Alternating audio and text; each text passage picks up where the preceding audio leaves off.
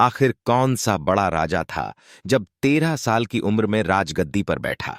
अकबर, जो भारतीय इतिहास के सबसे महान मुगल सम्राटों में से एक माने जाते हैं, का जन्म 1542 में हुआ था। उनके पिता सम्राट हुमायूं ने अकबर को एक समृद्ध और शक्तिशाली साम्राज्य की विरासत दी थी। लेकिन अकबर की असल कहानी उनकी युवावस्था में शुरू होती है। हुमायूं की मृत्यु 1556 में हुई, जब अकबर सिर्फ 13 साल का था। हालांकि उसकी उम्र कम थी, लेकिन उसकी साहसिकता और नेतृत्व क्षमता जल्दी ही उजागर हो गई। हुमायूं के मरने के बाद अकबर को गद्दी पर बैठाया गया और उसे सम्राट घोषित किया गया। लेकिन एक नाबालिग सम्राट के रूप में उसे शासन चलाने के लिए एक संरक्षक की आवश्यकता थी। अकबर की देखरेख का जिम्मा एक शक्तिशाली व्यक्ति बीरबल के साथ साथ उसके और भी कई विश्वासपात्र अधिकारियों ने लिया।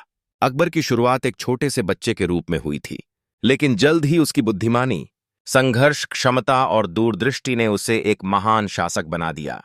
उसने अपने साम्राज्य की सीमाओं को बढ़ाया, धार्मिक सहिष्णुता को बढ़ावा दिया और सामाजिक सुधार किए।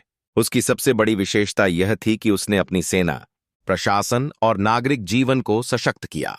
अकबर का शासन एक ऐतिहासिक उदाहरण बन गया है कि कैसे एक युवा और नाबालिग सम्राट भी सही मार्गदर्शन और अपनी क्षमता के दम पर एक विशाल साम्राज्य का नेतृत्व कर सकता है।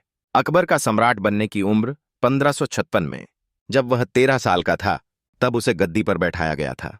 अकबर के शासन ने भारत में सांस्कृतिक, धार्मिक और राजनीतिक दृष्टि से बहुत परिवर्तन लाए। वह सिर्फ एक शासक ही नहीं, बल्कि एक महान दूरदर्शी और सुधारक भी था।